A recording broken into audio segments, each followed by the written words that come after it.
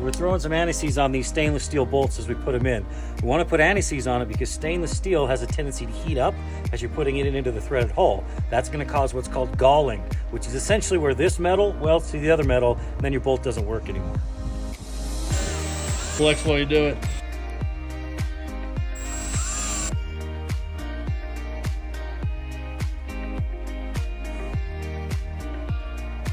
Each one of these rollback covers, the few different styles we have, most of them have the T-track system in them, which will allow you to put a rack system without drilling holes through your bed.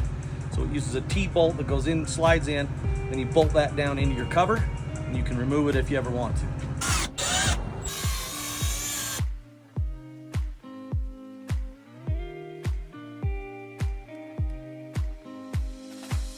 But you can move it forward and back with the handles on either side. Go all the way forward or all the way back. Well, if you're all the way forward and you're back here in the back and you don't want to walk around, this is hooked up, walk back.